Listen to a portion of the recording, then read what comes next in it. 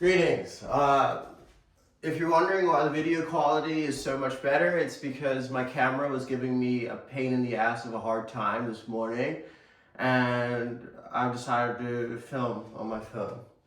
I think a little bit of review is in order. We had the coup d'etat, which was talking about the need to create shocks, create sparks, to have opportunities for momentum, which goes into speed. The speed, which is kind of capitalizing off of your specific skill set and how you have value as a human being and how you can use that value for the greater good by leading other people into a pack through quick action, quick and decisive action for the coup to take over. And then you move into the domain of lesson 3, where I was speaking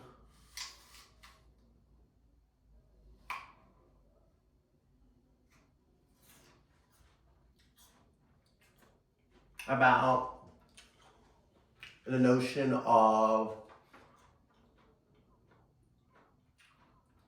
seems as if I've forgotten lesson 3.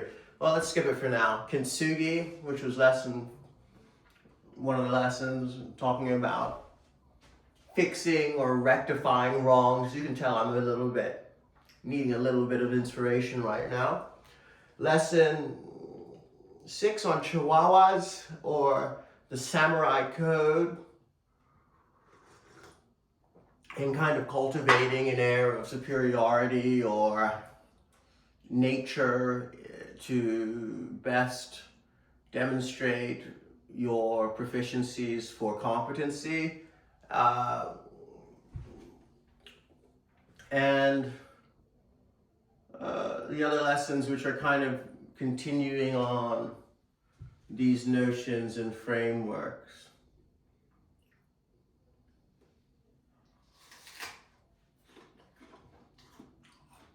If you're wondering why I have a ladder here, I think it's quite metaphorical for what we speak about, the notion of continuous improvement and climbing and building. As you can see, the wall is getting a little bit roughed up, right? I haven't fixed it because actually it's quite metaphorical of how I feel. Sometimes things just fall, right? Things just happen. You don't always have to have quick, continuous action. Sometimes just thinking is good enough. See, I'm really getting frustrated at the fact that I can't remember lesson 3. But it's a real display of the fact that instead of trying to control kind of everything and have this perfect plan, you have to find kind of a special adaptability and resilience to not just let go, but have faith that it'll come back to you in the end.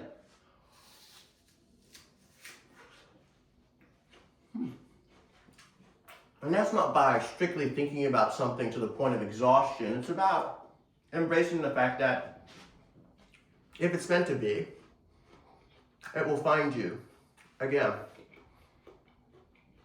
And that can go for relationships, that can go for career paths, that can go for anything in life. So, today I've come on this lesson with no real direction, iron heart. See, having an iron heart is useful a lot of the time for achieving your goals, but empathy is also an important quality, because we are the human race, not the human individual. And in order to reach any goal, you're going to need some type of collaboration of some sort. Directionality is distinct from collaboration, obviously, but they can be intersected. That is to say, we can all collaborate on a goal, but I can lead them in a certain direction. I can point that arrow a certain way, right? And it's your kind of discretion to choose where to shoot it at.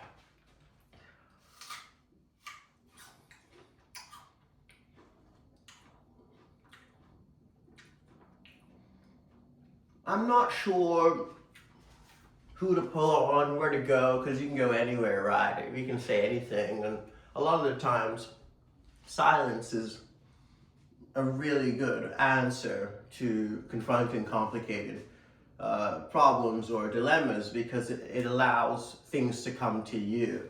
So you could call this the law of attraction, actually.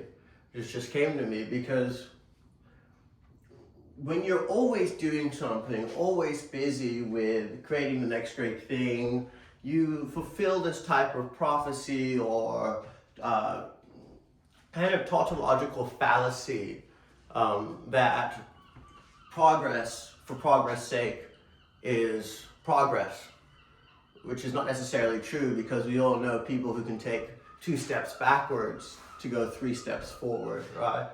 Instead of taking 3 steps forward to go 5 steps backwards, right?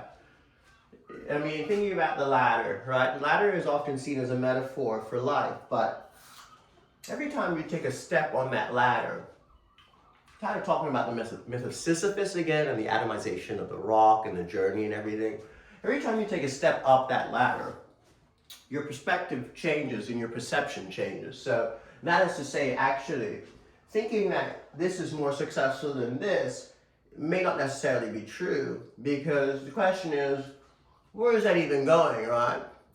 And what you can't see is that ladder goes straight up to a bloody dead end, to nowhere. There is no roof up there. I put it in the wrong place. If I wanted to exit, I'd have to put it here or there, but then there's a table here which is impeding that. So my point is, open lanes aren't necessarily lanes for success. They're just open. What you want is a combination of an open lane and an avenue to ascend to where there's a light or something that actually can't be quantifiable.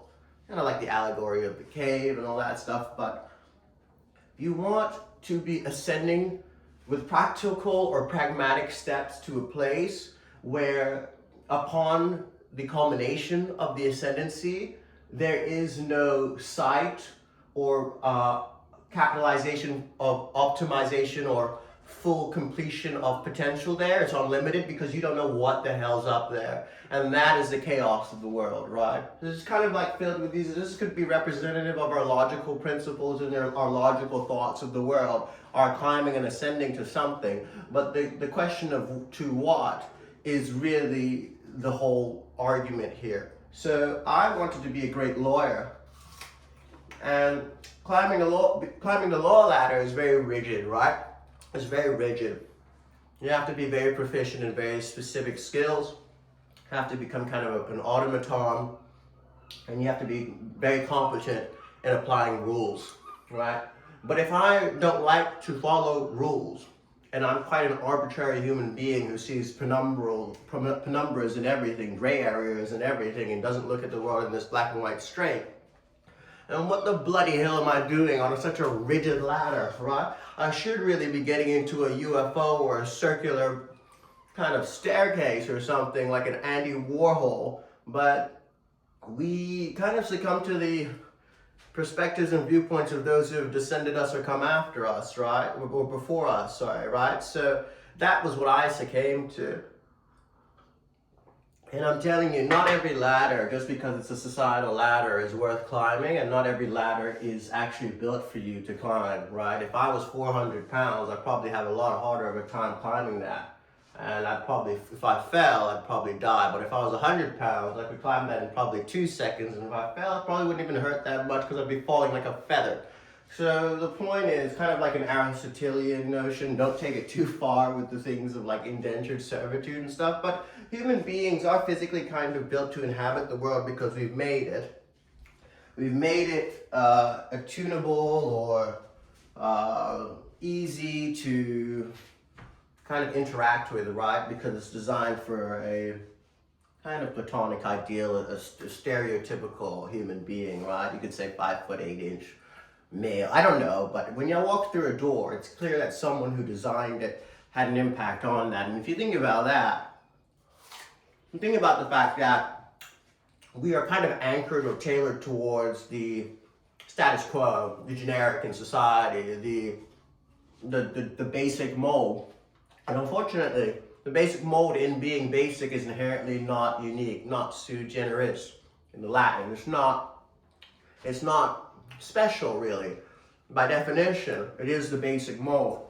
So following the basic mold, actually, although it'll give you much success in the short term by having kind of an agreeable disposition with everyone around you because you're fulfilling a fundamental need they have to propagate their own ordinary selves, in the long run will hurt you because there's not much room for change of that mold if you are the person fulfilling it, if you are the person responsible for its preservation, its efficacy in society.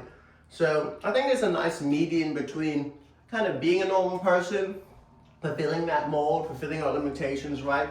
And being a little batshit crazy, right? Being a little bit different. Having different ideas, like the Basquiat sense, the Kanye West sense, right? Having a little, something that push that needle, right? I'm saying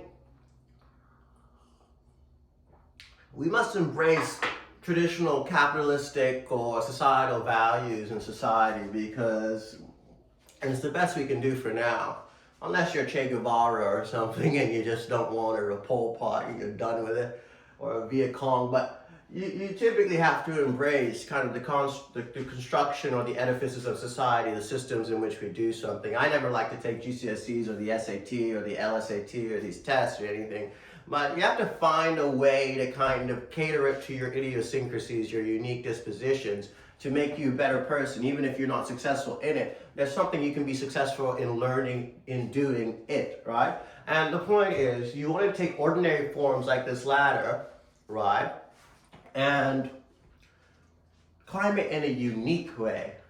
Maybe you climb it from the inside out. Maybe you turn the ladder sideways, right? And you use it as a shell. I don't know, but I'm just saying, play with your world a little. Point into it. Fuck with it, you know? Because it's not really that obvious. You see, things don't just really line up. I'm having a hard time with this, but it's only when I kind of pivot that I really get back to where I want to be going, which is center, right?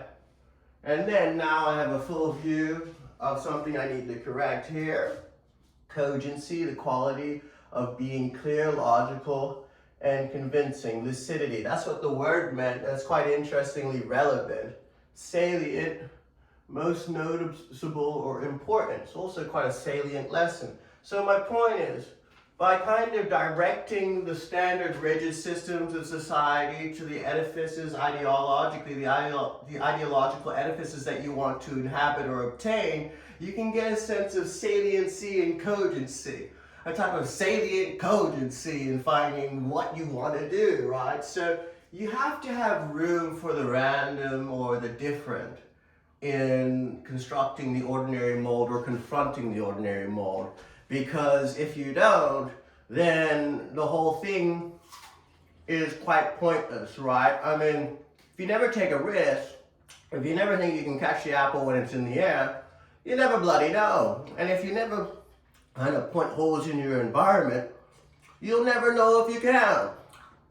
So we don't just get the 3 laws of thermodynamics, Einstein's E equals mc squared, without some type of scientific investigation predicated on the Karl-Poppian falsification kind of notions that hypotheses are made to be falsified, that is to be proven incorrect, not proven true.